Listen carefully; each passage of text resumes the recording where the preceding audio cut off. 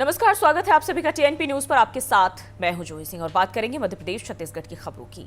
मध्य प्रदेश में मोहन यादव सरकार ने बड़ा फैसला लिया है, जिसके तहत यूनिफॉर्म सिविल कोड बिल के ड्राफ्ट को कैबिनेट में मंजूरी दे दी गई। अब यह ड्राफ्ट आगामी विधानसभा के मानसून सत्र में पेश किया जाएगा। कैबिनेट की बैठक के बाद मुख्यमंत्री मोहन यादव ने कहा कि आज कैबिनेट ने यूनिफॉर्म सिविल कोड बिल 2026 को पूरे दिल से और सर्वसम्मति से मंजूरी दे दी है। तो आपको बताते चले, मोहन सरकार की तरफ से ये कहीं ना कहीं बड़ा ऐलान किया गया है और अब इस बिल को लेकर ये जानकारी और ये अपडेट सामने आ रहे हैं निकल के, जहां बताया जा रहा है यहाँ खुद मुख्यमंत्री की तरफ से कहा गया है और उन्होंने कहा है कि यूनिफॉर्म सिविल कोड बिल 2026 को पूरे दिल और सर्वसम्मति से मंजूरी मिली है। तो अब एक बार फिर मध्य प्रदेश में भी कहीं ना कहीं अब इसको देखने को मिलेगा। आज मध्य प्रदेश समान नागरिक संहिता 2026 के विधेयक का अनुमोदन कैबिनेट के माध्यम से हुआ है और ये मध्य प्रदेश निरसन विधेयक 2026 का अनुमोदन हमारे लिए राज्य के अंदर क्या राम क्या रहीम सबकी बराबरी का मौका देने वाला एक बड़ा नियम लग रहा है, जिसके कारण से हमने अपनी इस अधिनियम को लागू करने के पहले, वैसे तो विधानसभा में एक्ट पारित हो जाता, लेकिन आम जनता से जुड़ कर के बातें पहुंचाने के लिए लगभग 2 महीने पहले हमने अपनी समान नागरिक संहिता की लेकर के माननीय सुप्रीम कोर्ट की पूर्व न्यायाधीश रंजना देसाई जी की अध्यक्षता में कमेटी का गठन किया। कमेटी के गठन के माध्यम से हमने अपने 51 जिलों में जन परामर्श बैठकें संपन्न की। 10 संभाग में वो बैठकें हुई और भोपाल में भी राज्य स्तरीय परामर्श हुआ है। वो राज्य स्तरीय परामर्श में भी सभी राजनीतिक दलों के साथ, विविध हमारे धर्म के या अलग अलग सामाजिक क्षेत्र के संगठनों के साथ सबसे विस्तार से चर्चा हुई। छतरपुर के बराना नदी क्षेत्र में चल रहे चिता आंदोलन पर पुलिस ने कार्रवाई की। पुलिस ने प्रदर्शन स्थल खाली कराया और कुछ आंदोलनकारियों को हटाया।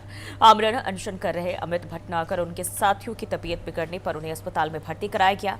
बारिश और स्वास्थ्य को देखते हुए पन्ना से आए अन्य लोगों को वापस भेज दिया गया है। आंदोलन मुआवजा और पुनर्वास की मांग को लेकर चल रहा था।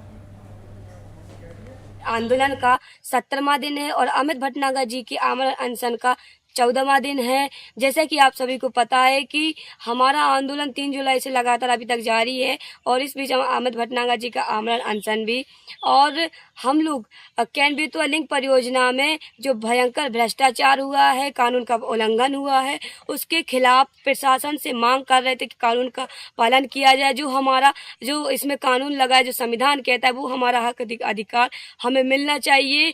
इसके लिए हमारे आंदोलनकारी नेतृत्वकर्ता अमित भटनागर जी द्वारा आज कैन बेतवा में 400 करोड़ का जो भ्रष्टाचार हुआ है, उस भ्रष्टाचार को खोलने के लिए मीडिया के सामने खोलने जा रहे थे, लेकिन पुलिस प्रशासन ने आज सुबह 5 बजे से ही हजारों की संख्या में हमारे सभी आंदोलनकारियों को और अमित भटनागर जी को आंदोलन स्थल से गिरफ्तार कर लिया है। आज दिनांक 19/7/26 को श्री अमित भटनागर के नेतृत्व में बराना नदी कुपी में कैन बेतवा परियोजना, पन्ना जिले की रुंज मझगांव परियोजना, एनटीपीसी आदि को लेकर के जो आंदोलन एवं अनशन किया जा रहा था, जिसमें श्री अमित भटनागर के स्वास्थ्य को देखते हुए एवं खराब मौसम को देखते हुए अब श्री अमित भटनागर को बिजावर चिकित्सालय में डॉक्टरों की देखरेख में भर्ती कराया गया है, जहां उनका इलाज जारी है। एवं पन्ना जिले के जो आंदोलनकारी उनके साथ बैठे हुए थे, उनको 3 शासकीय बसों में समझा बुझा करके वर्तमान मौसम की परिस्थितियों को देखते हुए उनके अपने गांव पन्ना जिले में रवाना किया गया है। भोपाल में ओबीसी महासभा ने 20 जुलाई को विधानसभा घेराव का ऐलान किया। संगठन का कहना है कि प्रदेश भर में ओबीसी समाज के लोग इस आंदोलन में शामिल होंगे। उनकी मुख्य मांग सरकारी नौकरियों में ओबीसी के 13% आरक्षित पदों को जल्द बहाल करने की है।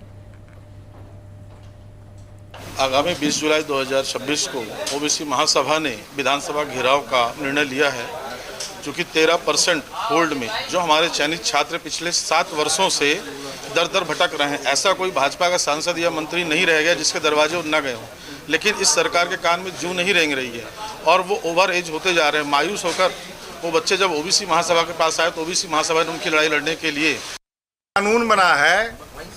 उसके बाद यहाँ पर जो भर्तियाँ हुई हैं, लगभग 4 भर्तियाँ 27% ओबीसी आरक्षण पर महाधिवक्ता पुरसेन कौरव के माध्यम से हुई हैं। और सरकार क्या बोल रही है कि ओबीसी आरक्षण में कानून में स्टे है। तो जब 4 भर्तियों में ऑलरेडी 27% मिल गया तो फिर स्टे कैसे? नंबर 1 चीज़, ये सरकार जानबूझ के गुमराह कर रही है। सुप्रीम कोर्ट में जस्टिस नरसिम्हा जी ने 3 बार बोला है क्यों ना हम अंतरिम राहत देके सभी पिटीशन हाई कोर्ट ट्रांसफर कर दे। मंदसौर के ग्राम मालियाखेड़ी में तेज डीजे की आवाज कम करने को लेकर विवाद हो गया। आरोप है कि महेश ने भेरू लाल पर लाठी डंडों से हमला कर दिया, जिसमें वह गंभीर रूप से घायल हुए। इलाज के दौरान उदयपुर में उनकी मौत हो गई। घटना से नाराज परिजनों ने गांधी चौराहे पर शव रखकर प्रदर्शन किया। पुलिस ने हत्या का मामला दर्ज कर जांच शुरू कर दी है। से बताइए। 9 तारीख के दिन मेरे पापा घर में सो रहे थे। पिंकेश माली का ट्रैक्टर था गलिया खेड़ी वाला, और कई अपराधी कर रहा है वो जो महेश मीणा था। और ये पिंकेश माली उसको हर बार बचाता, कई बार थाने से छुड़ाता। कई अभी 2 महीने पहले मुर्गा पालन में चोरी करी महेश मीणा ने, तो 10,000 रुपये दे के उसने छुड़ाया। 2 बार पहले नवरात्रि गरबे में ये पिंकेश मीणा जो तलवार लेके उसके मुल्ली को मारने गया। जब तलवार लेके गया, पीछे नवरात्रि गरबे में पूरे गांव के लोग इकट्ठे थे, गांव वाले ने तलवार छीनी। उसके बाद इस पिंकेश माली ने बचाया। और आज भी 9 तारीख के रात में 12 बजे उसका पिंकेश माली का ट्रैक्टर लेके मेरे पापा घर सो रहा, फुल आवाज़ में टेप चला रहा बाहर। मेरे पापा मना करने गए कि बंद कर ले, हमको सोने दे, हमारे घर के यहाँ क्यों कर रहा। तो मना करने के बावजूद उसने पीछे ट्रैक्टर दौड़ाया। मेरे पापा जान बचाने नाली से उधर कूदे और गिर गए। उसने लाठी से, ये 3 लोग थे, 2, एक तो पिंकेश माली है और एक वो महेश और एक और इसके साथ वो